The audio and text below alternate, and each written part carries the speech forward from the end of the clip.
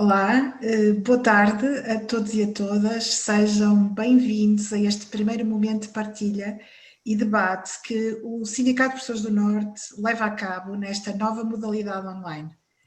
É já longa a tradição deste sindicato na dinamização de iniciativas, até aqui presenciais, que se constituem como espaços de reflexão e reafirmação da importância de uma escola democrática de qualidade para todos os cidadãos. Fundamental para esta construção coletiva de um pensamento acerca da educação e de uma profissionalidade reflexiva e interventiva, a dinamização destes debates, onde visões diversas sempre foi assumida como central na ação estratégica do Sindicato de Professores do Norte, é hoje traduzido neste momento de ciclo de debates que hoje se inicia. Centramos estes 4 momentos, traduzindo as principais inquietações no campo da educação, pretendendo-se que este espaço digital se constitua como um conjunto de momentos onde, para além de dirigentes do SPN, participem outras vozes que, pela sua implicação ativa em diversos espaços, em muito contribuirão para que a construção mais plural e mais complexa acerca de cada uma das temáticas. Propõem-se neste conjunto de conversas, que decorre sempre às segundas-feiras até ao dia 13 de julho, 4 temáticas que são lançadas sob a forma de interrogação. Começamos hoje com: é possível uma escola à distância? Depois, sim ou não à municipalização? Que modelo de acesso ao ensino superior? E terminaremos com o que é ser professor hoje. Aproveito este momento para publicamente manifestar o agradecimento da direção do Sindicato de Professores do Norte a todos os intervenientes que prontamente se disponibilizaram a participar neste desafio, em particular aos que hoje temos connosco e que nos vão acompanhar nesta conversa. Passo então a apresentar desde já os nossos 3 convidados. José Alberto Lencastre é professor e investigador do Instituto de Educação da Universidade do Minho, concluiu o doutoramento em Educação em especialização em Tecnologia Educativa, tendo uma tese sobre Educação Online, a quem agradeço de modo especial e em nome da direção a disponibilidade para participar hoje. Agradeço também aos meus 2 colegas da direção do sindicato, Francisco Teixeira, que é professor de Filosofia na Escola Francisco de Holanda e na Universidade Lusófona, e é coordenador do Departamento de Política Educativa do SPN. Também ao Pedro Oliveira, professor do Instituto de Ciências Biomédicas de Abel Salazar, da Universidade do Porto, e que coordena o Departamento de Ensino Superior deste sindicato. Este debate surge num contexto muito particular, em que, por força da pandemia, as escolas de todos os níveis de ensino foram encerradas e abruptamente a escola se desmaterializou e foi transferida para outros espaços. Ou, em alguns casos, ficou mesmo sem o seu espaço na vida de muitos estudantes.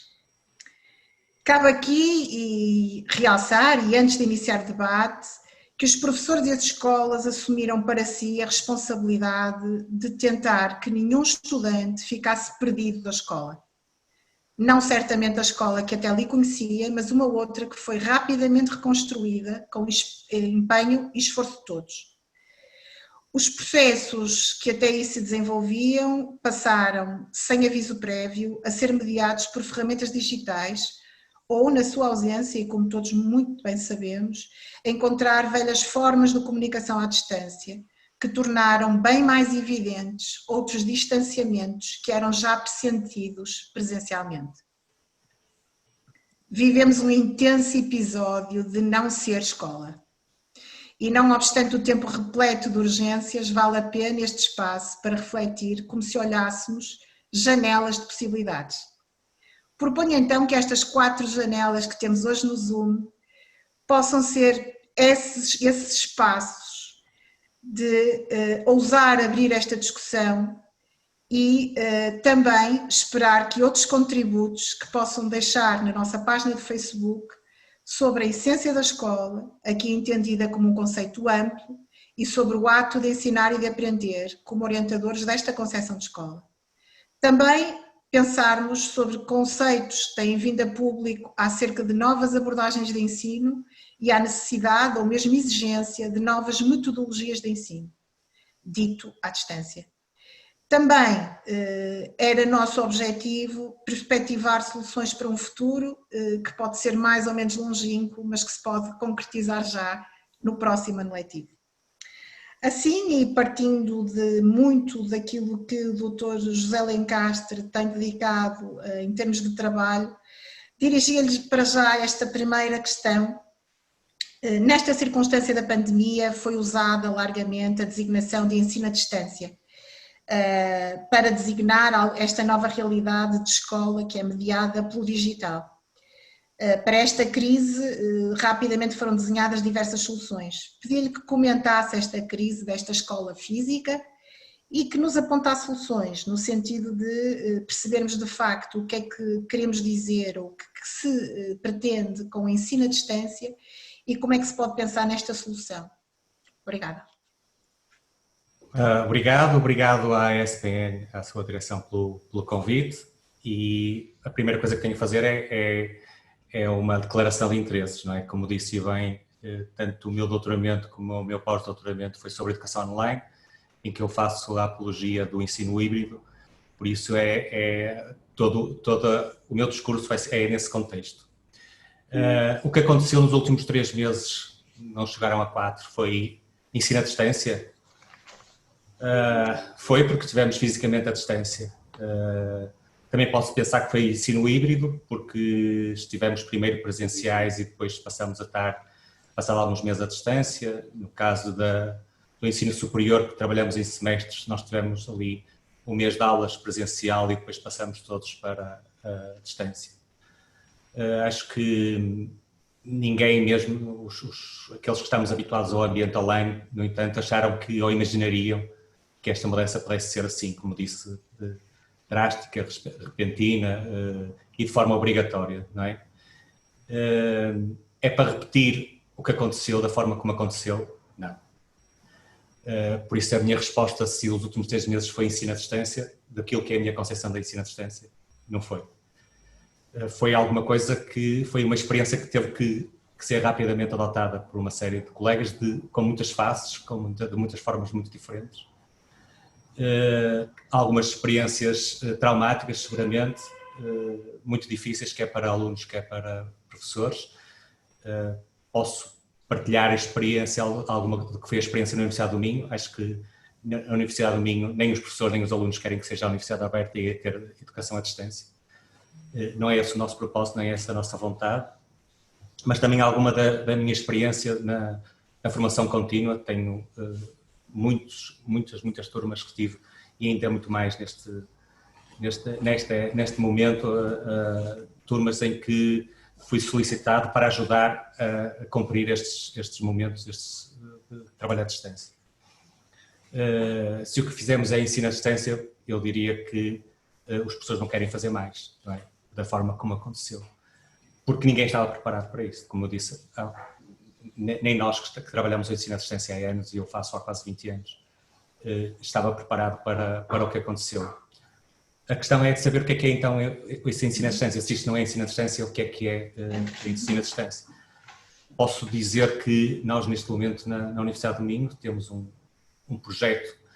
Tentámos dar a resposta que foi possível na altura e neste momento temos um projeto que vai começar agora em julho, com um retiro para os professores sobre docência, e é Docência Mais, chamamos de Docência Mais, que é uma iniciativa conjunta da Universidade do Minho com a Universidade de Aveiro, na Universidade do Minho através do Centro Ideia e na Aveiro através do Núcleo de Ensino e Aprendizagem, do gabinete do reitor, em que é uma iniciativa que vai tentar conversar com os professores, dizendo-lhes aquilo que experimentaram não é a educação à distância, ou a educação online, como eu prefiro chamar. É uma coisa diferente, cada um tentou responder como podia, mas aquilo que deveria ser e pode ser a educação à distância, numa perspectiva que nem temos a certeza absoluta que como se vai desenrolar, porque já tivemos indicação de que para o próximo ano, em setembro, iríamos ter um ensino híbrido e pediram-nos para prepararmos os nossos docentes para esse ensino híbrido, mas já ouvi também o Sr. Ministro da Ciência, Tecnologia e Ensino Superior, professor Manuel Leitor, dizer que para o ano vai ser presencial, o professor Fontanhas Fernandes também da UTAD, e que é o coordenador, não é? O presidente do Conselho de Reitores, exatamente, dizendo que não, o próximo ano é presencial, por isso nós também estamos aqui um bocadinho a ver o que é que vai acontecer, mas estamos a preparar para a eventualidade de ter que ser qualquer coisa híbrida. E então aí o modelo que nós queremos propor é um modelo muito mais consistente, em que temos que ter um ensino muito mais estruturado. É possível fazer boas coisas no online, tudo que é pesquisa, nós utilizamos hoje o online para milhares de coisas, tudo que é pesquisa de reflexão podemos fazê-lo, mas não podemos prescindir nunca, do meu ponto de vista, dos momentos presenciais, dos momentos em que a partilha com os alunos, até pode ser um modelo que eu, por exemplo, advogo. Nós podemos partilhar e pesquisar online, mas depois temos que ter os momentos presenciais em que vamos trabalhar em grupo, em que vamos explorar aquilo que aprendemos individualmente, em que pomos os alunos a trabalhar uns com os outros, colaborativamente. Acho que desse ponto de vista nunca se trabalhou tão colaborativamente como agora, digo, no ensino superior, essencialmente, mas também das experiências que tenho com os colegas dos outros níveis de ensino. Vejo os professores ajudarem-se uns aos outros, vejo os alunos a tentarem ajudar-se uns aos outros também. Por isso estávamos todos a passar por uma experiência muito difícil e com vontade de a superar, mas não sermos apanhados de surpresa novamente nesta situação. Do meu ponto de vista, o erro está em que muitas vezes se pensa no online como as ferramentas, o que é preciso, as ferramentas que eu posso utilizar para o online. Do meu ponto de vista, a tecnologia não é um problema, sei que não é consensual a abordagem que eu tenho, mas a tecnologia não é o problema. O problema são os modelos pedagógicos que têm que ser diferentes, porque trabalhar presencialmente e trabalhar online são duas coisas diferentes. Nem tão pouco concebo, vou para tentar pôr online aquilo que eu costumava fazer no presencial. É uma coisa diferente. Se é uma coisa diferente, não posso fazê-lo, nem posso fazer essa passagem assim de uma forma linear. É isso que nós estamos a preparar para os nossos colegas da UMIN e da Universidade de Aveiro neste retiro que vamos fazer, explicar que realmente é uma coisa diferente, o online é uma coisa diferente, parte de um princípio que a autonomia do aluno é muito importante, o processo de pesquisa é muito importante, processos colaborativos são muito importantes. É um trabalho que tem que ser muito mais estruturado, eu preciso estruturar muito mais os momentos que são online com os momentos presenciais e como é que eles se ligam. Tem que haver uma narrativa do que vai acontecer para os alunos perceberem os diversos momentos. Tem que haver tempo. Para mim, o maior drama que aconteceu nestes últimos 3 meses foi o tempo, e parece que ficamos escravos do tempo e parecia que tínhamos estado disponíveis para tudo e a toda a hora, que acho que foi um dos maiores dramas que eu vi, que partilhei. Eu próprio senti isso, que trabalho online há 20 anos e nunca me lembro de passar o dia inteiro sentado em frente a um computador.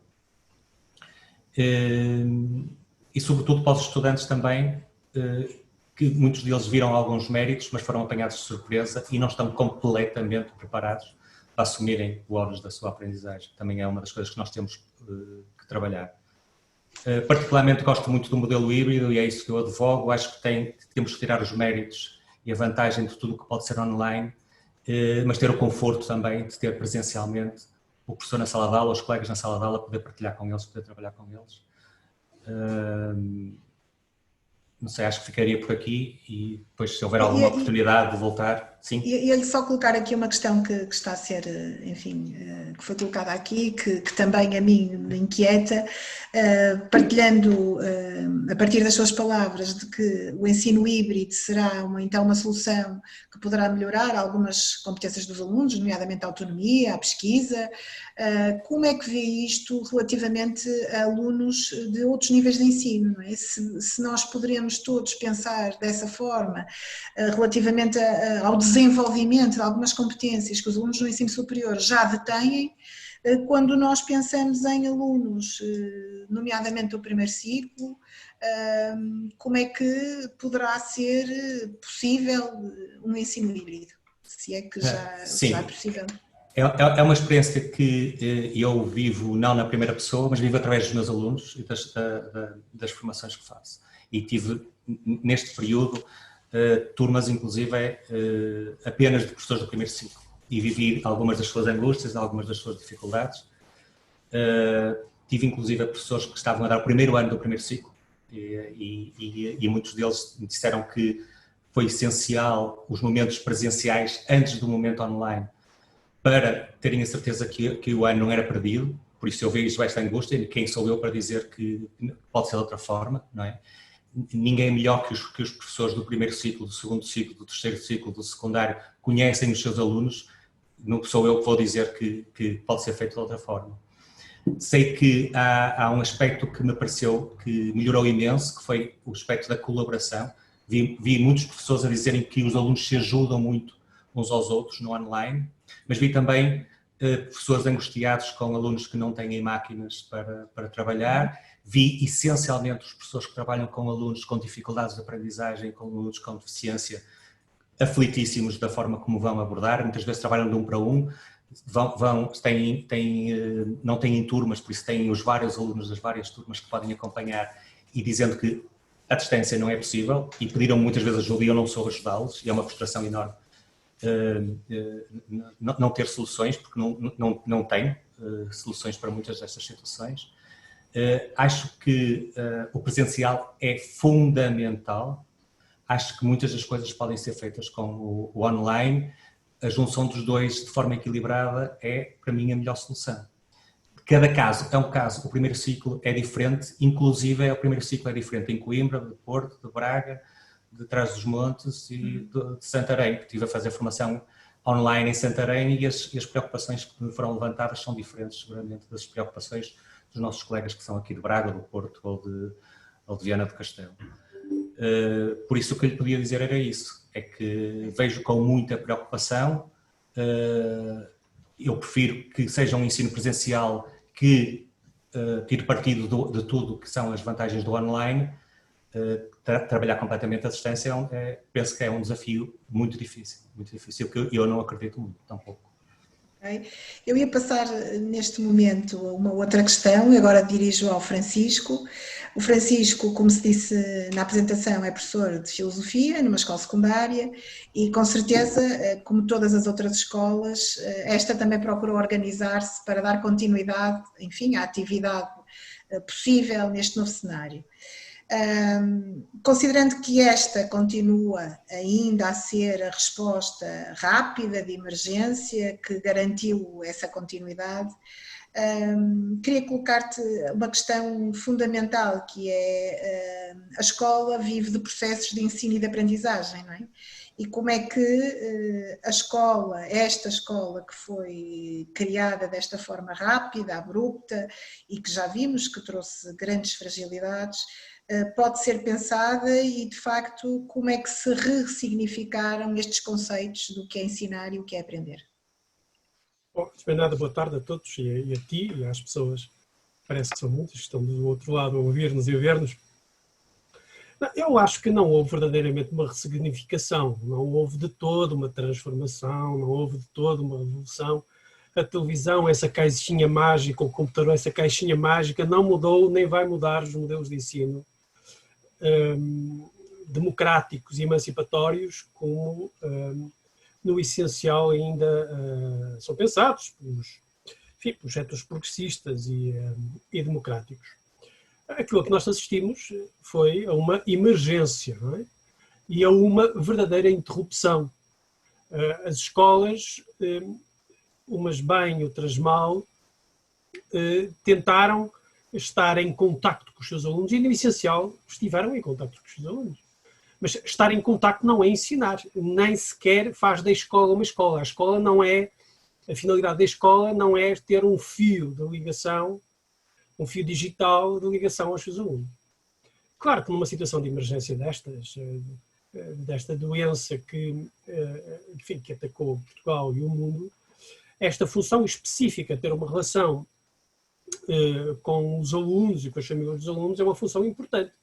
Agora, daí a chamar-lhe uma função pedagógica ou de ensino-aprendizagem, aí é que está e esteve o erro verdadeiramente significativo. A ideia que era possível, já avaliou se é desejável, a ideia que era possível em tão pouco tempo transformar práticas letivas essencialmente analógicas em práticas digitais ou à distância, é uma mentira. É uma mentira global que algumas pessoas compraram, que algumas pessoas engoliram, se me permitem o prosaísmo, porque simplesmente não é possível. Não é possível pelas mais variadas razões, desde logo por razões de hardware, se quisermos, razões puramente infraestruturais e tecnológicas. Uma parte significativa dos alunos não tem computadores nem tem ligações à internet. E eu, quando digo não têm computadores e ligações à internet, incluo as duas coisas. Não têm mesmo, ponto, ou têm em tão má qualidade que é como se não tivessem. E, portanto, se somarmos os que não têm de todo, os que têm má qualidade, e se somarmos ainda os que não têm competências técnicas para usar as ferramentas digitais, há, já há números sobre isso, há um número imenso de alunos e de famílias que simplesmente não tiveram acesso à educação e à escola, no sentido formal da palavra, nestes últimos 2, 3 meses. Contactaram com a escola. Eu tinha, e estou agora mesmo a terminar, aulas síncronas, as chamadas aulas síncronas. Aliás, eu não chamava, recusava-me a chamar aulas aos meus alunos, dizia que tinha encontros com eles. Vamos lá fazer enviar-vos, vamos a um encontro, porque não é verdadeiramente uma aula. E esse encontro é um encontro relevante, que num momento de crise social, não só da educação, mas de crise social global, este contacto, esta ideia de que a escola cumpre aqui não estritamente uma função pedagógica, embora essa seja essencial, mas neste momento não é possível, mas uma função de contacto e de vinculação social é importante. Mas isto não é educação, nem é escola. Isto é uma coisa completamente distinta. A pergunta, e portanto a ideia de que se nestes 3 meses os alunos aprenderam, no essencial não aprenderam. Aprenderam aqui no sentido pedagógico determinado, é evidente. Enfim, o Pedro vem da biologia e da matemática, quer dizer, todos os seres vivos aprendem, por definição, até as amibas aprendem, não é? Só por facto de estarem vivas, mas não é nesse sentido biológico da palavra, estar em frente a um computador. No sentido formal, a ideia da aprendizagem não ocorreu, a não ser em casos muito particulares e muito especiais, de alunos que já têm competências especialíssimas. A questão é se daqui para a frente é possível, como alguns dizem, aproveitar a crise para uma oportunidade de uma maior digitalização da educação e particularmente da escola, em fazer com que a escola seja menos analógica, no sentido clássico da palavra, menos presencial, menos corporal, não é? Menos sensorial, no sentido muito amplo que estas palavras têm, e seja mais à distância. Se isto é bom. Se isto é bom ou se isto é mau. Eu acho que é mau. A ideia de uma escola com uma parte substancial à distância é má. Porque, e aqui discordo completamente do Zé Lencastre, porque a tecnologia é um problema, porque a tecnologia, o meio faz a mensagem. A maneira como nós nos relacionamos com os computadores, como nós nos relacionamos com os conteúdos digitais, é muito diferente da maneira como nos relacionamos com o livro, ou com a maneira como nos relacionamos com a palavra falada e ouvida diretamente e em proximidade com o professor. Ou seja, a relação física, emocional e analógica permite um tipo de aprendizagem e de vinculação emocional, e no primeiro ciclo, e não só, de vinculação até neuronal, de configuração neuronal, que é diferente da aprendizagem digital. A relação digital é uma relação que é completamente diferente da relação analógica de proximidade. É uma relação saltitante, fraccionada, que estimula justamente a fragmentação da atenção, estimula a fragmentação da atenção, que cria problemas físicos variados, não é? Toda a gente sabe que estar muito tempo em frente ao computador cria problemas físicos, aos mais variados tipos, mas o mais relevante de tudo isso é que desfaz a escola enquanto espaço de socialização do conhecimento. Vamos lá ver. Uma escola, para ser escola, tem que ser uma comunidade de proximidade. Uma parte significativa daquilo que se aprende na escola, e aqui escola, para mim, é desde o primeiro ciclo ao ensino superior. Para mim, não faço aqui distinção relevante para já, pelo menos. Uma parte relevante do que se aprende é através de um mecanismo da socialização. Se quisermos aqui no sentido não marxiano, da coletivização das relações. Ou seja, só na medida em que nós estamos próximos, muito próximos, e discutimos e somos capazes de nos perturbar, no bom sentido da palavra, mutuamente em contínuo, física e emocionalmente, é que nós podemos disputar processos de aprendizagem, muitos deles que não estavam previstos no currículo estritamente definido, não é? Que nunca serão aprendidos de maneira à distância, de maneira digital. Bom, as tecnologias digitais, ou as técnicas educativas, aqui fazer alguma distinção conceptual, não é? As técnicas, aquilo que uma certa literatura chama tecnologias educativas, mas que de facto são técnicas educativas, há muito tempo que incluem o digital, quer dizer, a utilização de ferramentas digitais. Mas são a utilização de ferramentas digitais como mecanismos de aprendizagem no contexto escolar, no contexto físico, presencial. Isto sempre, há muitos anos que existe, desde que existem os computadores, sobretudo digitais, os sistemas digitais e a internet na atual configuração, e são um instrumento de aprendizagem óbvio e de enorme relevância. Agora, pensar que uma parte significativa, notem que eu já nem sequer digo todo, digo uma parte significativa deste espaço de criação do conhecimento através da sociabilidade presencial e analógica pode ser substituída pela relação à distância, é um perigo do ponto de vista da aprendizagem dos alunos e do próprio equilíbrio social. Porque justamente o que este modelo que nós aqui de alguma maneira estamos a ensaiar provoca uma espécie de fragmentação das relações. As pessoas fecham-se em casa, em vez de se encontrarem na rua, de se encontrarem em espaços comunitários, fecham-se em casa e cria-se uma espécie de bolha doméstica a partir do qual se contacta o resto do mundo com proteção àquilo que o mundo tem para nos dar, a não ser através de um instrumento de mediação tecnológica que justamente nós escolhemos qual seja. E, portanto, criamos uma bolha. Enquanto que se nós estivermos numa escola, num espaço físico ou numa universidade, nós podemos ser perturbados de um modo que as nossas tecnologias não nos permitem. Nós podemos evitar que essa perturbação ocorra. Portanto, eu acho que um dos perigos é, de facto, esta ideia de que, por exemplo, o atual governo, nem sei se é o atual governo, tem-se ouvido na comunicação social esta ideia de substituir os livros por livros digitais. Suponho que é os livros em papel.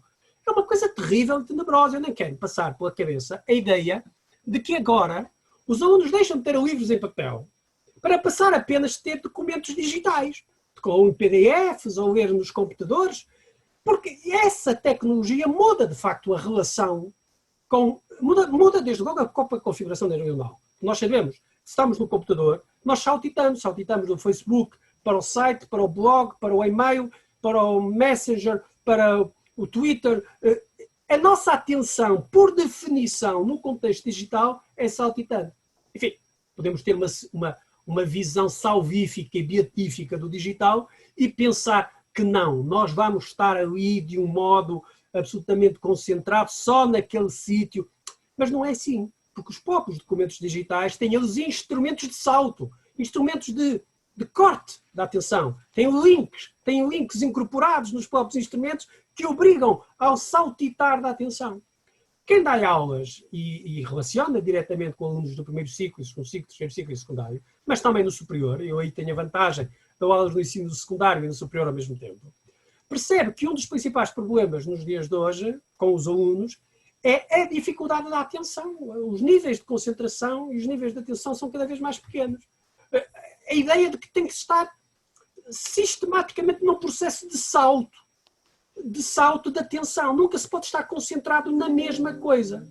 Mas o mais grave da ideia de que se pode substituir o presencial por um modelo à distância ou um modelo híbrido, na minha opinião, é a desconsideração objetiva, independentemente daquilo que se tem como motivação pessoal e subjetiva, a desconsideração objetiva da relevância do mecanismo da criação do conhecimento social. Ou seja, o conhecimento tem uma dimensão social que obriga à presença, à mútua perturbação física e emocional. Depois há coisas óbvias. Quer dizer, evidentemente, eu, quando estou a dar aulas com os meus alunos, a natureza retórica, os elementos retóricos e estilísticos, para utilizar uma terminologia clássica, que vem já de Platão e de Sócrates, a dimensão erótica da educação perde-se completamente. Não é por a internet estar carregada de pornografia que passa a ter dimensão erótica, antes pelo contrário, não é? Esta dimensão erótica da educação desaparece, que é esta dimensão erótica justamente da relação retórica, da relação pessoal. Eu não quero sequer falar sobre a minha experiência pessoal com os meus alunos concretos, quer do ensino superior, quer do ensino secundário, enfim, porque as nossas experiências também podem ser um bocado episódicas. Por último, há um outro efeito, que é aquele efeito justamente de fragmentação profissional. A minha experiência difere muito da que eu já ouvi. Não é? Eu sou também coordenador de departamento no meu departamento, na minha escola. E o que é que eu noto? Noto que, de facto, se os mecanismos de colaboração presencial já não eram muitos, os digitais são ainda são menos. Quer dizer, o facto de me enviar e-mails, dezenas de e-mails, não quer dizer que eu esteja em relação com as pessoas, porque eu só posso ver os e-mails de uma maneira completamente descomprometida, posso não ver os e-mails, vê-los 3 dias depois, marco uma reunião para o dia X e depois as pessoas não têm ligação suficiente, a coisa não funciona bem, e só a horas marcadas, não é? Esta ideia, não é? De termos só relações a horas marcadas, não é? Sabemos que as coisas só a horas marcadas são más. Para já não falar que esta ideia de dar aulas de casa é má, porque eu não quero confundir a casa e o trabalho. Eu quero que a minha casa seja o meu castelo. Quero vir para casa, quero, na medida do possível, estar com a minha família, com os meus amigos, com os meus compromissos sociais que não passam só para a escola. E não quero trabalhar em casa. Porque eu acho que é importante esta distinção radical, com uma fronteira bem definida entre a casa e o trabalho. E a ideia de que se pode e que se deve misturar as duas coisas é uma ideia, na minha opinião, bastante perigosa. E isto vale para os alunos do básico e vale para os alunos do superior. Infelizmente, algumas universidades no ensino superior acharam que isto seria uma forma de poupar um bocado de dinheiro e que agora é que vinha aí um ensino à distância que podia facilitar alguns mecanismos orçamentais. Desse ponto de vista, teve bem o Ministro e o Presidente do Conselho de Reitores que aparentemente travou esses impulsos economicistas de algumas universidades. Eu ia pegar precisamente nessa tua intervenção última para passar ao Pedro, porque realmente quando nós falamos no compromisso que as várias instituições tinham com os seus alunos, com os seus estudantes, ele ficou, concordando com aquilo que foi dito aqui, a meio, ou melhor, a poucos, um mês de ter iniciado o segundo semestre, ele ficou radicalmente distinto quando, em alguns cursos, houve uma intensificação da componente teórica. Há, em alguns casos, inclusivamente, todas as componentes práticas, mesmo que à distância, foram eliminados, sem qualquer aviso prévio. Quando eu quero dizer aviso prévio, quero dizer com uma comunicação que permitisse aos alunos perceber o que é que agora lhes era pedido e como é que o seu próprio sistema de ensino se iria organizar a partir daí. E, portanto, aquilo que eu agora propunha era que o Pedro falasse aqui um bocadinho sobre estas questões de que os professores e os alunos do ensino superior, quando nós poderemos pensar que seriam, de alguma forma, os melhores apetrechados ao nível tecnológico e onde muitos ensaios de pelo menos algumas competências digitais e de ensino à distância já se realizavam, como é que estas entidades aceitaram e conseguiram vencer este desafio. E, por outro lado, pensar aqui também na voz, que eu não quero dizer silenciada, mas de facto à comunicação social e aos grandes meios não tem aparecido a voz dos alunos. Aquilo que nos aparece a muitos de nós são coisas casuísticas, casos que nós conhecemos, não é? De alunos que nos vão dizendo de facto que há uma grande mudança sem que haja uma consequente, nomeadamente em termos de avaliação final, da certificação dos seus cursos e de algumas das disciplinas. E, portanto, porque é que, de facto, esta voz continua silenciada e como é que se vê este compromisso com os estudantes nesta alteração que no ensino superior também aconteceu? Boa tarde, cumprimento os colegas do painel e agradeço o convite. E antes de passar à resposta concreta das perguntas que a Anabela colocou, gostava só de dizer algo sobre o ensino online. Enfim, face ao ensino online, tradicionalmente houve sempre duas posições. Aqueles que acreditavam que o ensino online era o destino tecnológico, ou seja, com a evolução da tecnologia iríamos todos acabar no ensino online, e havia os outros que, e por oposição, que uma universidade pesada, rígida, anacrónica, e havia até os que, portanto, do outro lado, se opunham à introdução das tecnologias, né? Havia até alguns profetas que diziam nos anos 90 que em 2000 já não haveria universidades físicas, que seria tudo online, seria uma relíquia do passado das universidades como as conhecíamos em 1990. O que eu queria salientar é que o ensino online foi, de alguma forma, naturalizado por esta crise pandémica. Enfim, e assumiu também a inevitabilidade tecnológica. A crise obrigou a que fôssemos todos para online e, portanto, não houve nenhuma discussão, nenhuma reflexão política sobre o que significa o ensino online. Portanto, e nesse sentido, neste ensino, depois poderemos voltar a falar disso, e pegando até um pouco nas ideias que foram expressas pelos oradores anteriores, é que, de facto, há um risco de reduzir o ensino à informação e acabar com todos os meios que mediam essa relação de ensino e aprendizagem, as salas de aulas, a universidade, o professor, esses lugares onde de facto se constrói também a democracia, onde a interação entre os diferentes agentes, alunos, professores, funcionários, contribui para a consciência, a construção da cidadania. E isso pode estar comprometido.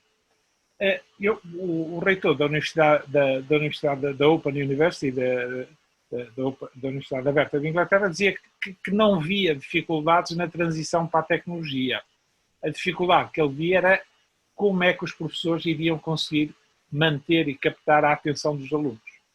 E, portanto, a adaptação fez-se, e foi o que nós verificámos. Os professores adaptaram-se, aprenderam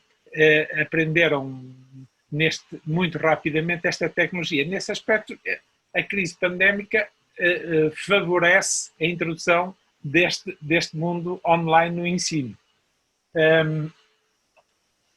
Mas há aqui alguns problemas que eu acho que nós não refletimos e que era necessário refletir. Por exemplo, quando no ensino presencial há normas de conduta não estabelecidas, não escritas, que são assumidas. E essas normas de conduta têm a ver com como é que nos comportamos na sala de aula, quer como alunos, quer como professores, e fomos aprendendo isso desde a primária, não é? Desde o jardim de infância.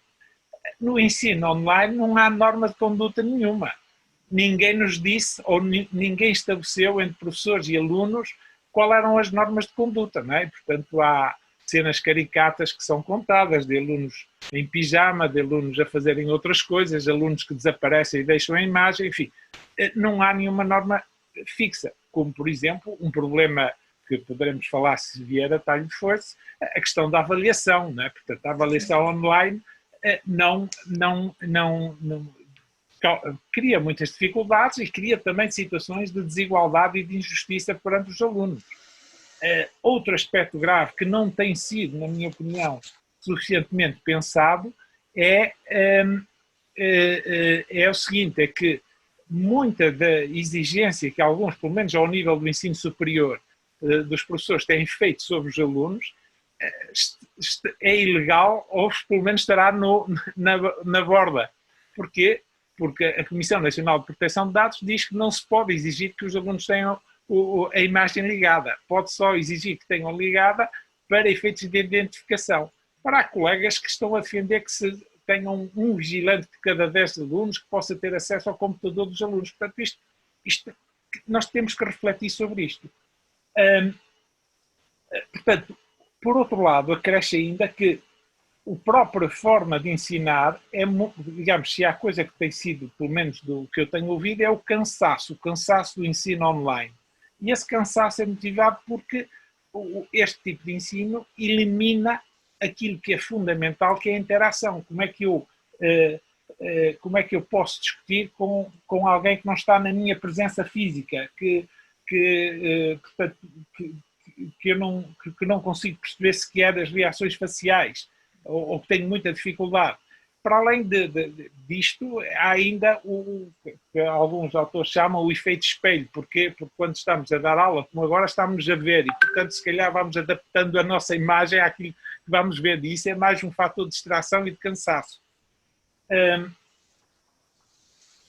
Portanto, depois, a maioria dos meus colegas, pelo menos aqueles que eu tenho, com quem tenho falado, cada um foi por si experimentar, desde os que gravavam aulas de 1 hora seguida, que eu lhes perguntava, mas vocês esperam competir com o National Geographic e manter a atenção dos alunos? Ou então uma aluna que me disse, bem, quando recebo aqueles vídeos, eu passo para velocidade dupla. Eu disse, olha, fica reduzida a meia hora, mas se fizer por 4 vezes, fica só a 15 minutos. Portanto, nós não sabemos, de facto, o que é que está a acontecer com os alunos, ou sabemos muito pouco, melhor dizendo, e portanto, parece-me que até o aspecto mais, para além das questões que a Anabela focou, de não haver aulas práticas, ou aulas clínicas, ou aulas do ensino artístico, que põem imensos problemas, não é? O que me preocupa neste momento é que as universidades assumiram que o semestre ia terminar agora, e essas aulas clínicas para profissionais médicos são tremendamente importantes e podem não ter ocorrido. E mesma coisa com as aulas de laboratoriais, e no ensino artístico houve experiências porque envolviam, por exemplo, a construção de peças de teatro que foram eliminadas porque as escolas estavam encerradas. E ninguém encarou a possibilidade de deslizar estas aulas, de deslizar estas disciplinas para o próximo semestre e avaliá-las mais tarde. Não, a preocupação foi terminar assim, e ninguém está preocupado com o efeito, ou pelo menos isto não é muito discutido, com o efeito que tem sobre a formação desses alunos. E, portanto, o que eu acho é que, de facto, não há... A comunidade académica no setor todo não tem participado muito, quer dizer, não me venham falar em participação de órgãos que estão lá, os representantes dos departamentos, por aí fora. Isso não é a participação a que eu me refiro. A participação refere-se a que os professores, os alunos têm a possibilidade de discutir presencialmente ou por estes meios e evidenciarem aquilo que os preocupa e as dificuldades que têm. Há também um aumento das desigualdades. Tive alguns casos de alunos com dificuldades, quando, por exemplo, estava a fazer testes, teria que lhes enviar os testes por WhatsApp, receber os testes por WhatsApp, alunos que a universidade disse nós teremos meios para apoiar esses alunos. E na prática os alunos chegavam lá, têm aqui um computador, e eles diziam, não, eu não tenho, o problema não é o computador, é a rede. E eles diziam, então tem que contratar uma rede. Ora, esses alunos são alunos em geral de famílias carenciadas economicamente. Portanto, isto representa também aquilo que a Anabela começou por referir, uma quebra do compromisso não é, que os alunos estabelecem e para a qual pagam, através de propinas, de um compromisso de ensino e aprendizagem. É evidente que foi criado pela pandemia, mas precisamos pensar para os próximos anos. E pensando para o próximo semestre, eu não tenho a certeza, eu não leio da mesma maneira que os meus colegas as declarações do reitor da UTAD e do ministro Manuel Leitor, quando diz que o ensino vai ser presencial. Eu receio bem, dado até o decreto-lei que criou o regime jurídico para o ensino, para o ensino à distância, que diz que o ensino à distância tem que ter pelo menos 75% à distância, online. E, portanto, já há várias universidades que disseram, a Débora, do Porto, a do Minho, pelo menos, que eu saiba, que vão ter 30% presencial e 70% online. É que se tiverem 30%, 70%, já não caem na definição que está plasmada no decreto de 75-25. E, portanto, eu não sei se, quando dizem que o ensino vai ser presencial, é passar de 100% presencial para uma percentagem qualquer que ela seja de presencial. Portanto, eu diria, para terminar, que de facto que há um outro aspecto que é importante, que é, para além da troca de experiências, é a participação e a democracia. E eu entendo, posso referir aqui que houve um filósofo italiano, o Agamben, que dizia que os alunos se deviam recusar a pagar propinas e a regressar à universidade online, porque isso era a morte da universidade. Portanto, por muito radical que achemos esta afirmação, isto deve-nos levar a pensar. E, de facto, há outro filósofo que diz que a universidade deve ser um espaço de conversa. Eu acho que essa ainda acaba por ser a melhor definição da universidade. E para já era isto.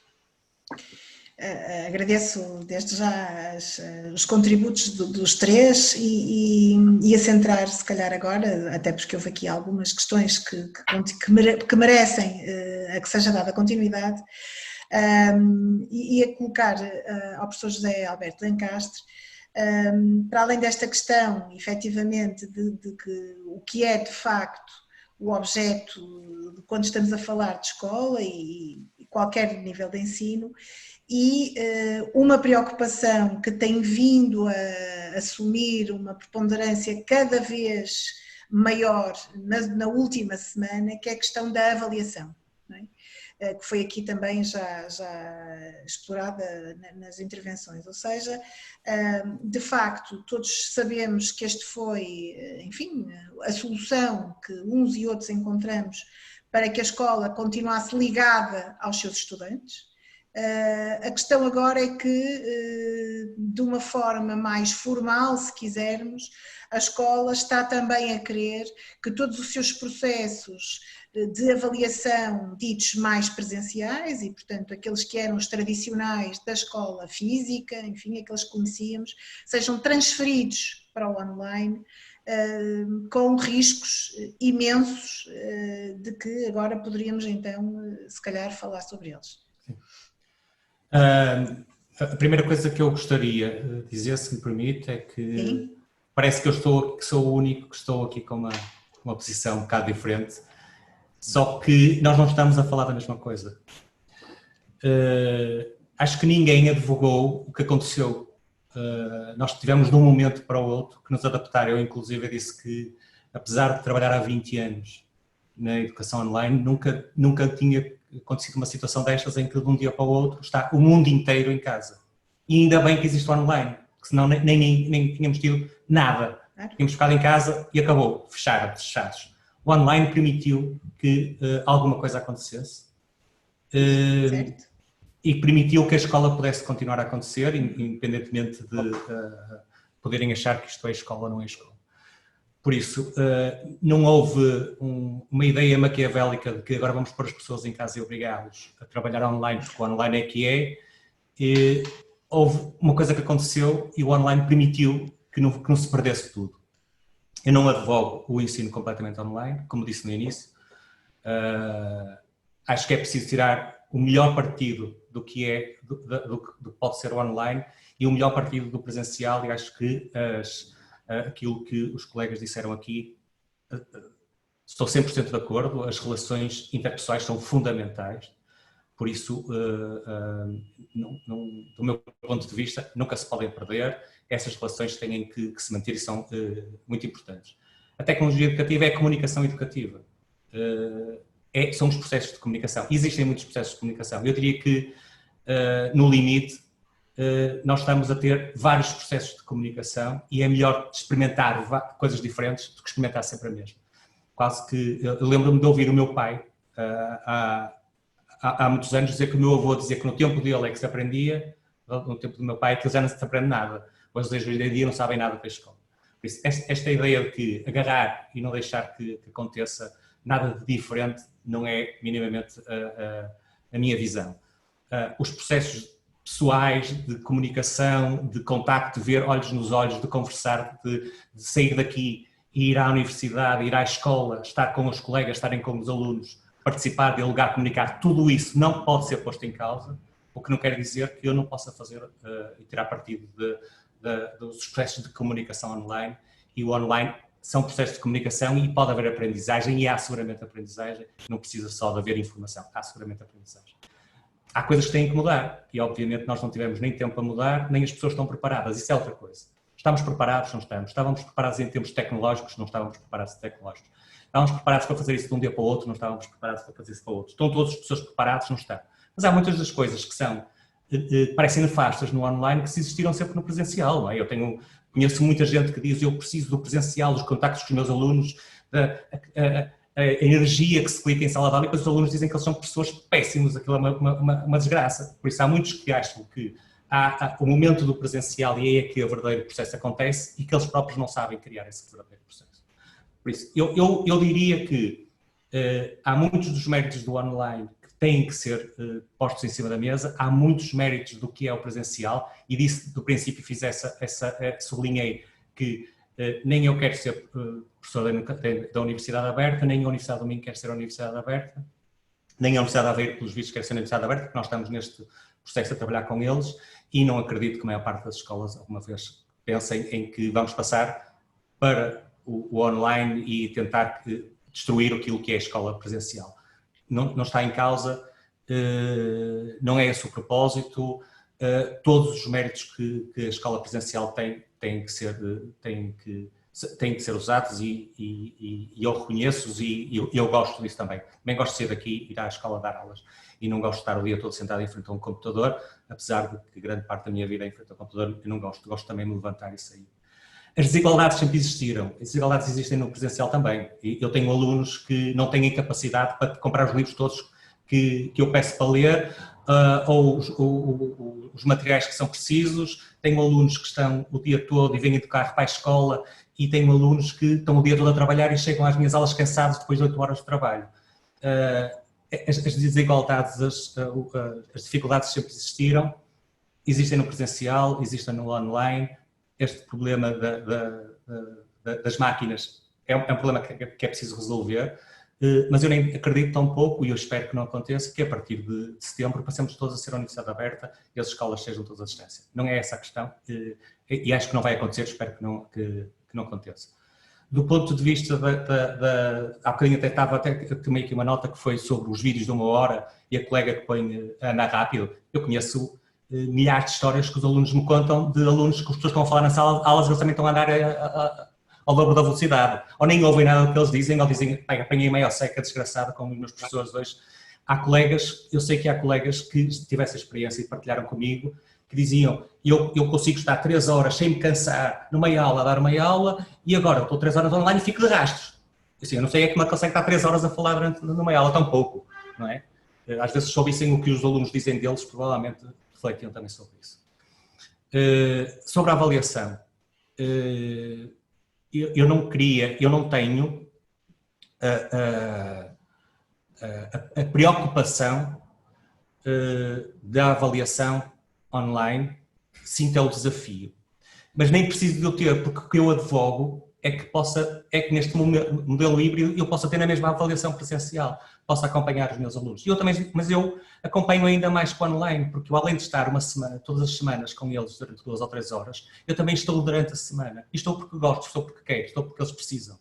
Os meus alunos muitas vezes não precisam de mim de 8 em 8 dias, precisam de mim uns à segunda, outros à terça, outros à quarta. E se eu estou disponível para isso, e estou, porque gosto, porque quero que eles acreditem que o professor é alguém que está presente, eu posso fazê-lo isso noutros momentos. Por isso, eu acompanho os meus alunos e, neste momento, quando tive que dar o salto para o online, eu não tive dificuldade nenhuma em avaliá-los. Agora, é assim que eu quero? Não é.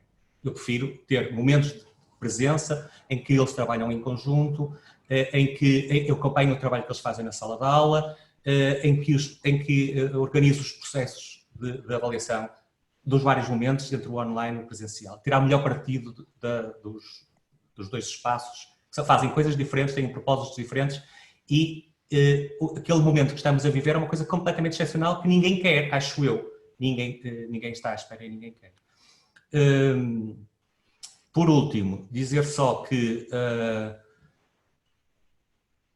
o que vem aí, eu não sei se alguém está à espera de aproveitar para passar para online tudo. Não sei se há reitores que estão a pensar isso, eu ouvia o professor Fontanhas Fernandes dizer que não, para o ano vai ser presencial. O que eu sei na minha universidade é que nós estamos preparados para voltar ao presencial se houver condições para isso, e se não houver, pelo menos temos aqui um modelo que agora, com um bocadinho mais tempo, nós vamos conseguir desenhar e preparar-nos melhor. Já não vamos ser apanhados de surpresa, se acontecer. Se em setembro pudermos ir presencialmente para as escolas, ótimo. Mas se acontecer alguma coisa, nós podemos pelo menos estar preparados para que não pare de todo. Em relação às escolas, da experiência que eu tenho, que é a experiência das formações que faço, tenho feito formações todos os dias, desde há muito tempo, mas desde de março seguramente muito mais. O feedback que eu tenho é que os professores dizem que as experiências de ter formação e de perceber como é que se podia trabalhar online foi uma mais-valia, foi uma ajuda, por isso eles não se sentiam preparados, foi uma ajuda. Se me diz, e eu disse isso logo no princípio da minha intervenção, se queremos se a educação à distância é isto, se queremos continuar, não queremos, ninguém quer continuar com isto, da forma como está, nem eu. Ninguém quer que seja. Agora, que nos podemos preparar para minimizar, ok, muito bem. Que houve processos de colaboração como nunca vistos, é os meus alunos que me dizem isso. Que puderam, dos professores nas escolas, por exemplo, que se ajudaram muito mais, que partilharam muito mais uns com os outros do que faziam presencialmente, também é verdade, são eles que dizem. E depois uma coisa que eu acho muito importante nas escolas, nos outros níveis de ensino principalmente, que há uma tentação muito grande e que é os professores trabalharem com os colegas da sua área disciplinar e de planificarem e de planearem o ano letivo. Quando, do meu ponto de vista, o que eles têm que fazer, e é isso que eu digo nas formações e na universidade e nas formações que faço, os professores devem planificar com o seu conselho de turma, porque os alunos é o que eles partilham. E uma das coisas que eu percebi, que me foi dito, e que eu pergunto, e que as respostas que eu tenho com um bom feedback, é que os professores partilharam mais, tentaram que não estivessem todos a fazer as mesmas coisas nas mesmas alturas. Que se tu estás a trabalhar de uma forma, eu faço de uma forma complementar. Se já estás a fazer assim, então eu não vou fazer. O feedback que eu tenho dos professores com quem tenho trabalhado, do primeiro ciclo, do segundo ciclo, a monodocência tem especificidades, mas que têm trabalhado muito mais. Porquê? Porque estão muito mais focados em ajudar os alunos, e eu não tenho dúvida absolutamente nenhuma, já escrevi sobre isso, já disse isso em vários sítios. Os professores deram uma resposta fantástica ao que aconteceu, ninguém se escondeu, os pais, eu digo sempre que os professores ficaram mais bem vistos aos olhos dos pais, porque os pais viram os professores em casa, os pais também tiveram uma situação nova, tiveram com os filhos em casa, não é? E viram a forma como os professores se desdobraram para dar resposta ao que aconteceu. Por isso eu diria que, no limite, experiências diferentes são boas experiências. Estou convicto que os professores deram o seu melhor e que fizeram que sabiam e o que não sabiam, sempre na perspectiva de ajudar os alunos, e que ninguém está à espera que o próximo ano seja este, porque ninguém quer isto. E era só. Obrigada, professor José Lencastre. Acho que ficou claro para todos que todos nós estamos, enfim, a pensar sobre esta resposta, que foi uma resposta possível a uma condição que foi absolutamente anormal, não é? E, portanto, quando estamos a dizer que pensamos o que é que aconteceu, se foi escola ou se não foi escola, estamos a falar dessa condição de anormalidade e a refletir sobre ela. Obviamente que o professor José Alberto colocou aqui uma tónica que também me parece fundamental, que é: os professores não baixaram os braços, os professores tiveram uma notícia numa quinta-feira de que a escola iria encerrar e na segunda-feira seguinte todos se prepararam da forma que conseguiram, e aí eu concordo com o professor José Alberto, que quando diz que os professores colaboraram mais nesta condição de emergência e de resposta urgente de manter a ligação com os seus alunos. A escola tentou que nenhum aluno ficasse para trás, e eu disse há bocadinho, e já agora partilho também, que para além dos alunos que não tinham ferramentas, aqueles que não conseguiam aceder-lhes, a escola tentou por todos os meios entrar em contacto com eles, e todos estamos de acordo que ensinar é muito mais do que isto, e dependerá também de todos nós essa preparação. Aquilo que eu há bocadinho tentei colocar aqui é um momento final, digamos, deste processo. Estamos a terminar o segundo semestre, ou estamos a terminar o ano letivo, e de que modo é que, passado esta resposta, e agora é sugerido também aos professores que terminem este ano com as classificações. E, portanto, está colocado um problema que tem sido debatido nos conselhos de turma, nas escolas, de como se pode, de facto, pensar a avaliação em sistemas de ensino à distância. E como é que ela se pode integrar com aquilo que foi os momentos presenciais. Deixe-me só uma nota. Okay. sobre isso, porque tive essa conversa exatamente hoje, antes de entrar neste debate, e os professores com quem eu estava, que são de Vila do Conde, estavam-me a dizer que as notas vão ser, essencialmente, as notas do segundo período, são as indicações que têm de ser em casos excepcionais. E estivemos a conversar sobre isso, e se eles acham que as notas que são as boas avaliações, que são boas as avaliações do segundo período, então que as mantivessem, de qualquer forma também que acreditassem no processo que fizeram de avaliação e que partilharam, que eu partilhei com eles, e acreditassem que também podiam levar em consideração o tipo de avaliações que fizeram. Isso parece-me importante. Só reforçar aqui mais uma vez esse aspecto que diz que os professores numa sexta-feira souberam e na segunda começaram a tentar dar resposta. Deram na segunda e na terça e na quarta e na quinta. E estes professores, e muitas das formações que eu tive, foram formações que vieram pedir os professores que queriam dar resposta. As direções das escolas deram resposta como nós nunca tínhamos visto também. Adquiriram computadores, arranjaram formas de alguém financiar, foram às empresas, foram à Câmara. Eu tive, inclusive, professores que me disseram que eles próprios tinham 2 computadores em casa e foram emprestar um a um aluno que precisava. Os professores dobraram-se e desdobraram-se, e muita do que é esta animosidade que existe muitas vezes, que são virados os pais contra os professores, eu estou convicto que estes 3 meses mudaram radicalmente a forma como os professores são vistos. Os professores deram uma resposta fantástica.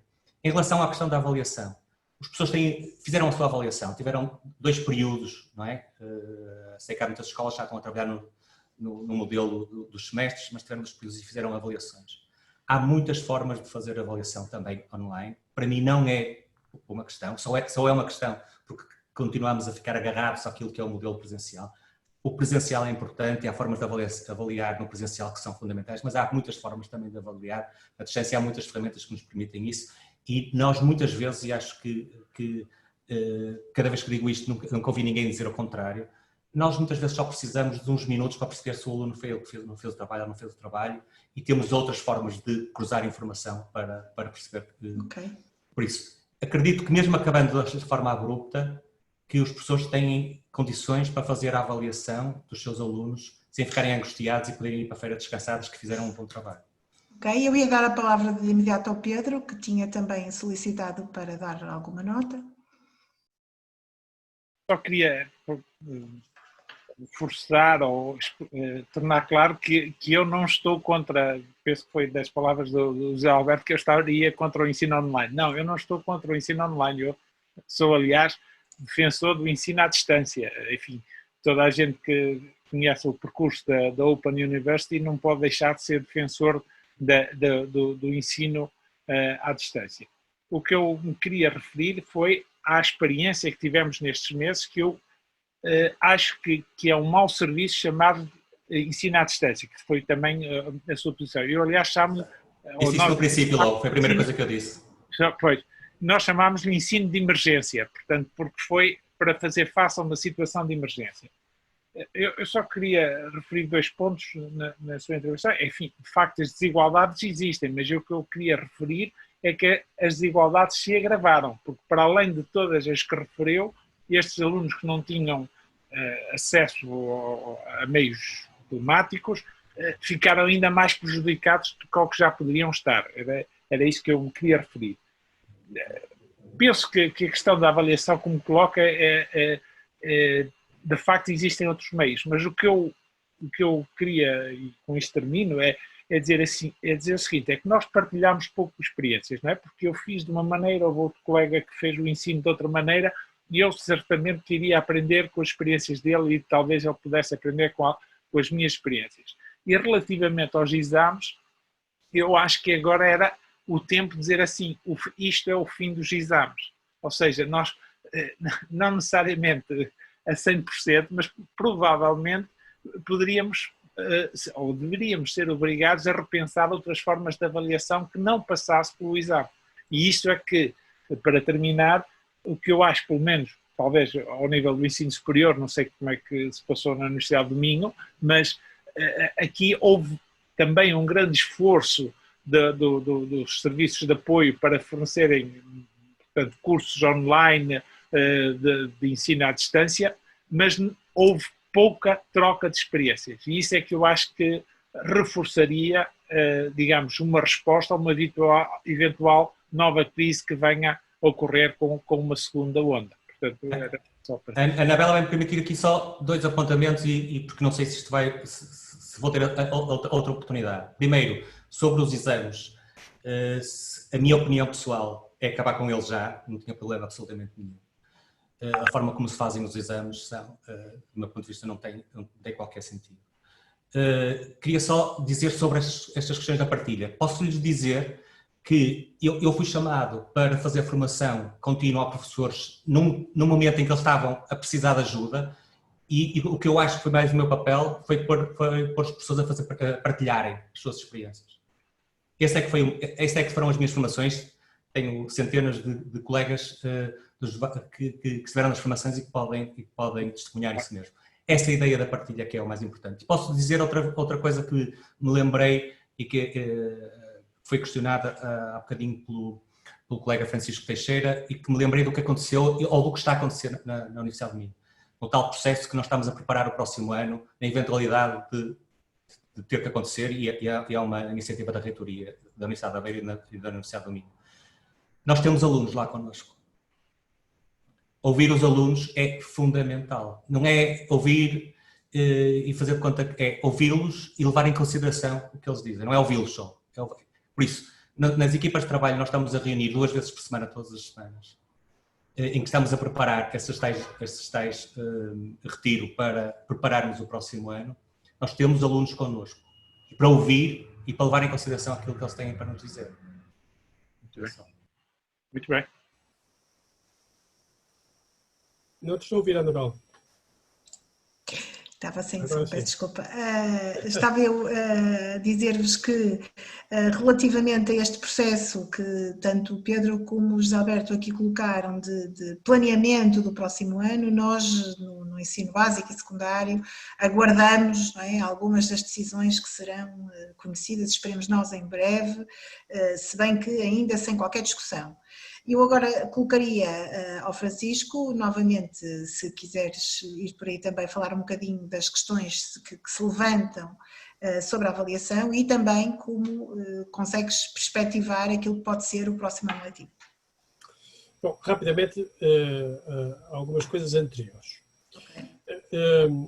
Quando tu disseste há bocado, Anabela, que os alunos, pelo menos a comunicação social, não dava presença das opiniões dos alunos relativamente a este processo, eu acho que genericamente tens razão, mas há um caso concreto em que até nem é verdade. O JN, o Jornal de Notícias, fez há 2 semanas, sensivelmente, uma primeira página em que dizia que, através de uma amostragem na Universidade do Minho, o grosso dessa amostragem da Universidade do Minho é contra o ensino híbrido e contra o ensino à distância.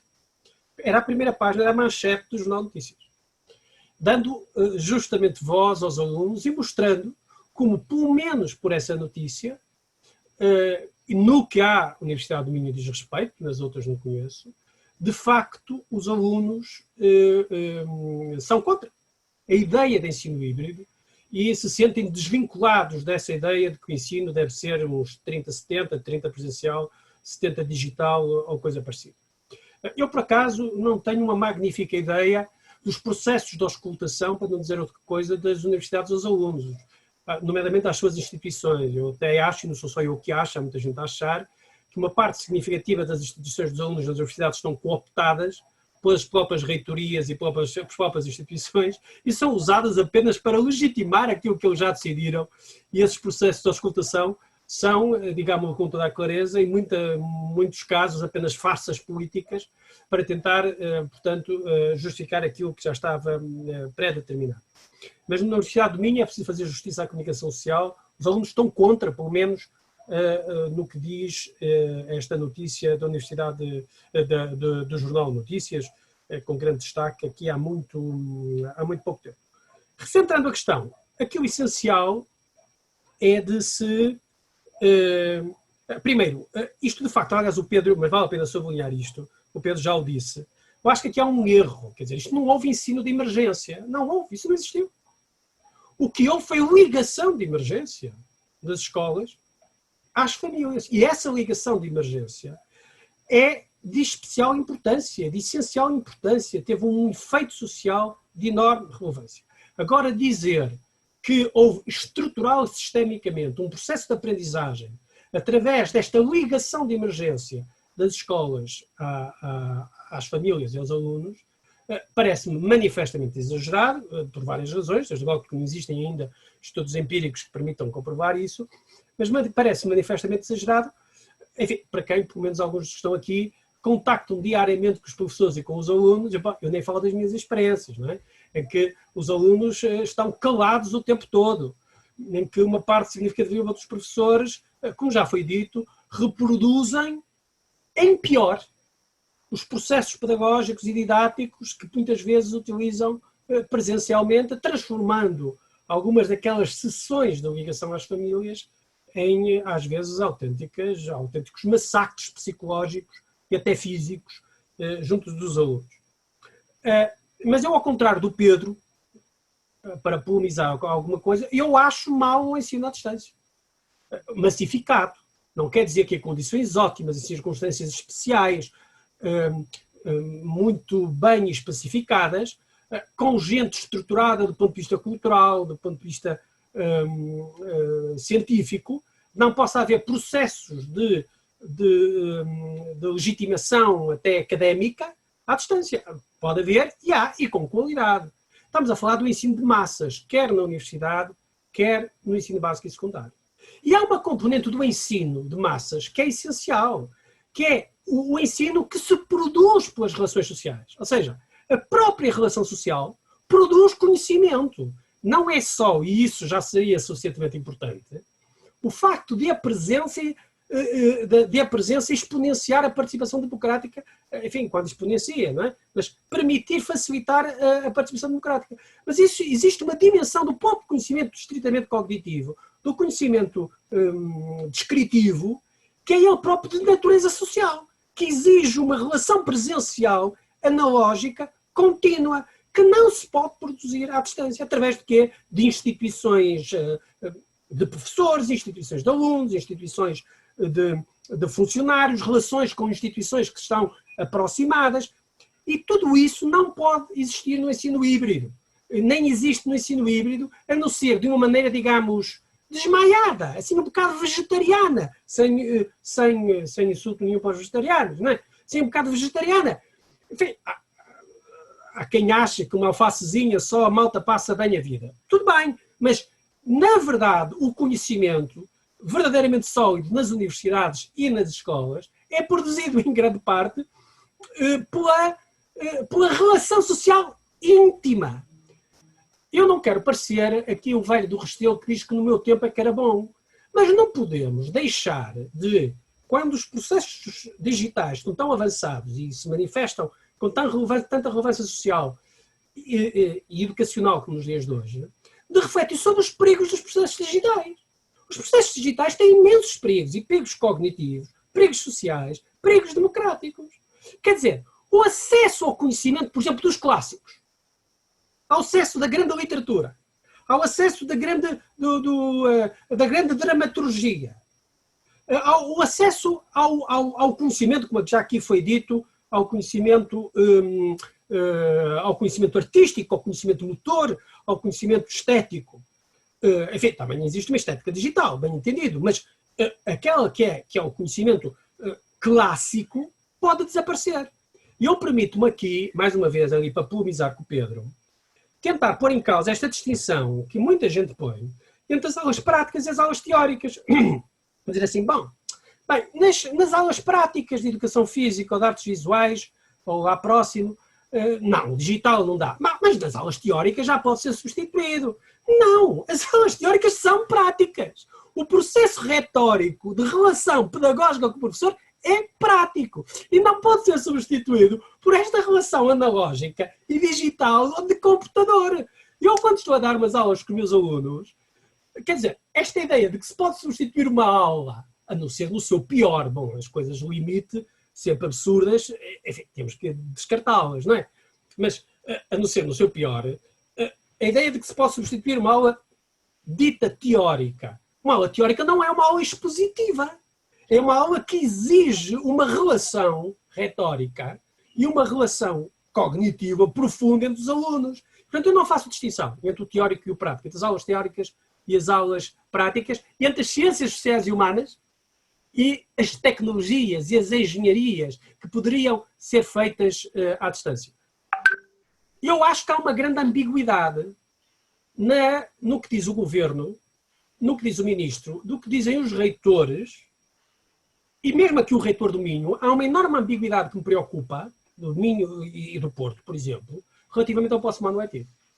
Do ponto de vista digital, já agora, descritivo, do ponto de vista do conteúdo integral, o que eles dizem é para o ano há aulas presenciais. Mas, de facto, aqui já concordo com o Pedro.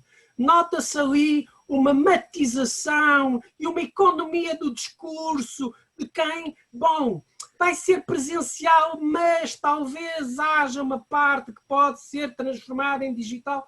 Mas isso já não é a universidade. O Pedro citou, e termino por aqui, citou muito bem o Agamben. As universidades começaram como encontros de alunos e professores.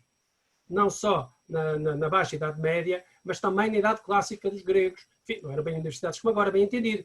Como encontros físicos.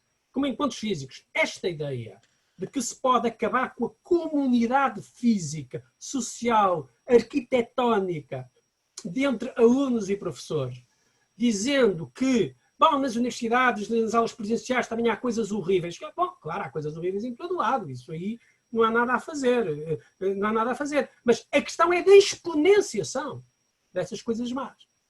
E depois, por último mesmo, a mim preocupa-me especialmente, justamente esta questão do digital, esta ideia da fragmentação. O digital produz um efeito de fragmentação social. Pior, um efeito de fragmentação individual. As pessoas presas em casa. Num dos comentários, para responder também aos nossos comentários, das pessoas que está a comentar diz: os professores sempre confundiram a casa e a escola. É verdade, os professores sempre levaram muito trabalho para casa. Mas podiam desligar e podiam retomar esse trabalho quando quisessem. Agora não. Quer dizer, Eu não estou aqui por missão. Eu gosto de dar aulas, mas não tenho que gostar. Eu não estou aqui por missão. Eu tenho que ter um horário de trabalho.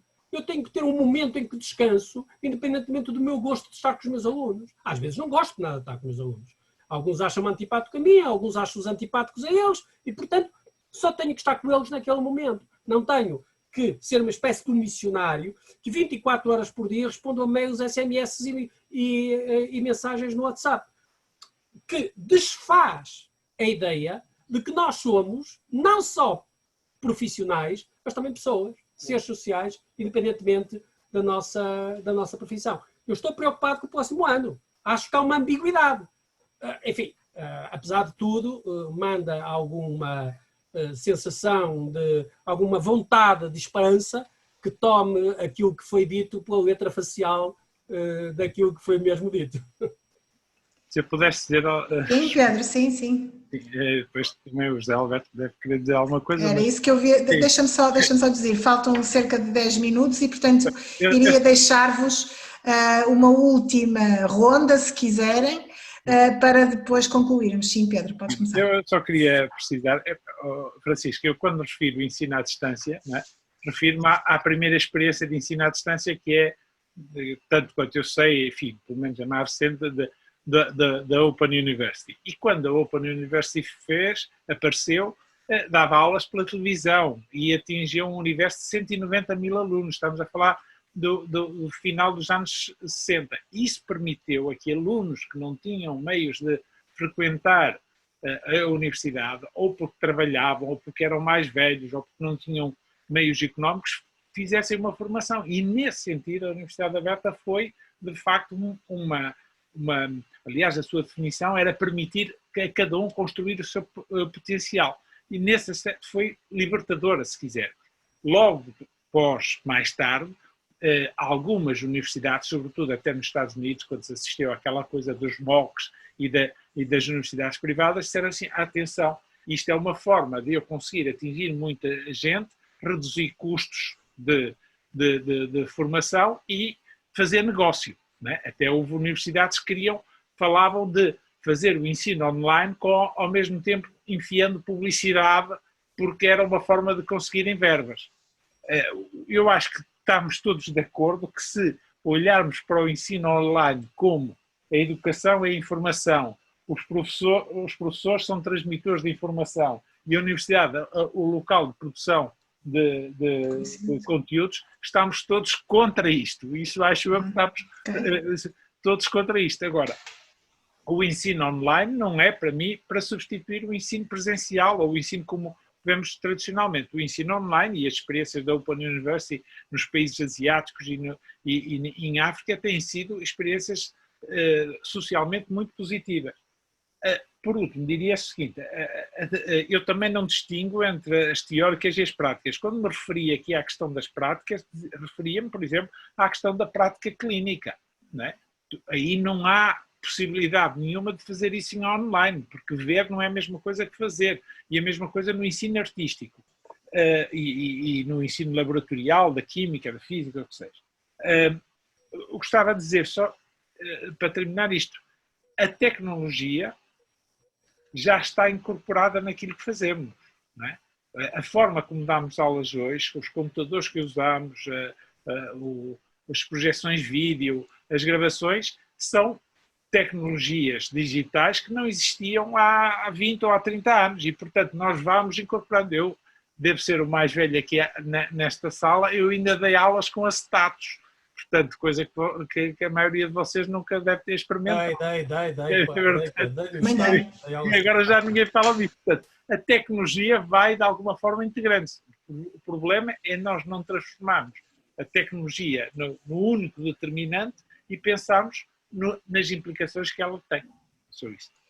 Eu ia só recentrar, então, para finalizar. Sim, ok, diga.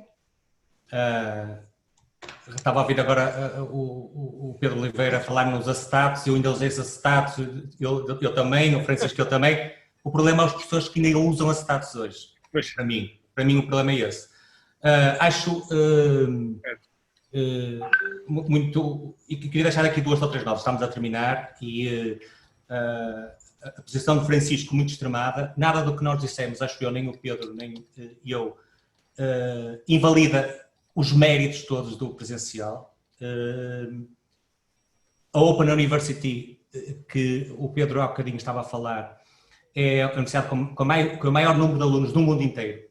Continua a chegar a alunos que nunca teriam outra hipótese de tirar um curso de qualidade, partindo do princípio que os cursos da Open University são de qualidade, que eu acho que são, e dentro do que é a distância, apesar de eu não gostar dos cursos, os conteúdos são de uma qualidade fabulosa. É preciso dizer que nos primeiros anos os cursos eram feitos pela BBC, para a Universidade Aberta, por isso, de qualidade intocável. Mas, se eu ouvisse o Francisco falar nos MOOC, a dizer que se isto passa tudo a MOOC, aí eu estava 100% de acordo com ele. Realmente aí há uma lógica de economicista, o papel do professor é, quanto muito desenha ao curso, e depois é entregue a alguém e aquilo é reproduzido. Pode ser até por um ator de teatro. Como? Até pode ser por um ator de teatro, não é? Porque, no fundo, o conteúdo está bem feito e agora é arranjar alguém que faça aquilo melhor. A fazer. Por um avatar. O professor fez o conteúdo e depois aquilo é reproduzido 10, 20, 100 mil vezes para 10 milhões de pessoas e já ninguém sabe aquilo que fez, o que é que lhe aconteceu. Por isso, dizer duas coisas que me parecem importantes. Há alunos que dizem-me os meus formandos e os meus colegas com quem eu tenho estado a trabalhar, que há alunos que se revelaram no online, que se escondiam na sala de aula. Por isso é que eu digo que há espaço para tudo. Não sei se o Francisco advogava que quando aconteceu esta epidemia ficássemos todos em casa e pronto, as escolas fecham, ficámos todos à espera que chegue o momento em que voltamos todos à escola. Ainda bem que existe o online e que estes contactos puderam continuar a existir. Mas eu disse justamente que não, que isso é absolutamente relevante. Foi da maior importância. Agora, que isso não é ensino. A questão decisiva aqui é esta. É dizer que foi ensino. Alunos, vamos lá ver, falar de experiências é sempre episódico. Eu tenho alunos meus, então falo das minhas experiências. Eu só falo das minhas experiências, obviamente. Eu tenho alunos meus que se escondem em casa com o telemóvel virado sem se poderem mexer porque não têm casa para estar. Na casa no sentido que não podem mostrar o resto da casa. Eu tenho alunos meus que só podem mostrar a imagem porque a imagem não, só pode o som porque a imagem não funciona. Tenho alunos meus que não falam, mesmo interpelados, durante 40 minutos. E tenho alguns que nunca aparecem. Quer dizer, isto não é ensino. Essa é a grande diferença. Isto é um papel social que as escolas criaram, e bem, e fizeram-no bem. Essa relação social é de enorme importância. Agora, chamar isto ensino é uma mistificação. Porque Deixe-me só dizer, tenho que dizer isto porque o Francisco chamou a atenção. Tem que ser rápido. Que os alunos da Universidade do Minho disseram que não gostavam do ensino híbrido. Eles não disseram isso. Eles disseram... A notícia do JN, eles dizem que 60% dos alunos dizem que não querem este tipo de ensino que está a acontecer agora. E isso é o que está na notícia, isso eu comecei por dizer na minha intervenção, nem eu quero, nem ninguém quer. Isto está a acontecer, ninguém quer. Desculpem interromper-vos, mas de facto estamos mesmo no final. Dar aqui uma nota de que muitas outras questões estavam a ser colocadas no chat, nomeadamente como é que esta escola, colocada neste regime de emergência, deu resposta, nomeadamente a condições de alunos que necessitavam de outras condições especiais para aprender, como é que isto se pode também levar ao pré-escolar e, evidentemente, algumas das disciplinas enfim, onde de facto a parte motora era mais relevante, não é? Como é que isto se pode vir a desenvolver? Acho que todos nós concordamos de que este não é o sistema que queremos, nenhum de nós, não é aquilo que queremos nem para os nossos alunos, nem para o sistema de ensino, e dizer-vos que, primeiro, agradecemos muito, foi um debate aceso e importante para todos. Agradecer-vos também toda a atenção a todos aqueles que estiveram connosco no Facebook e dizer que o próximo seminário, o próximo debate ocorrerá já na próxima segunda-feira e será sobre municipalização.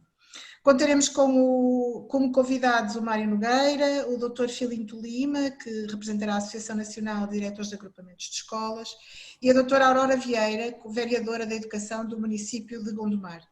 Isto para dizer que começamos partindo desta realidade mais emergente de que foi esta resposta dada à ligação das escolas, para depois alargarmos esta discussão a outras dimensões que são muito relevantes neste momento no terreno, no que diz respeito à educação em Portugal.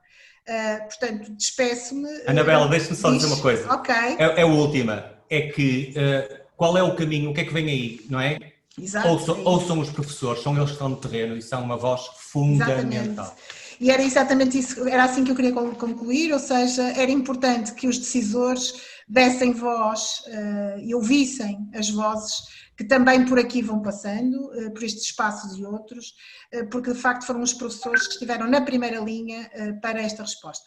Agradeço-vos mesmo muito o facto de terem participado. Obrigado. Obrigada a todos.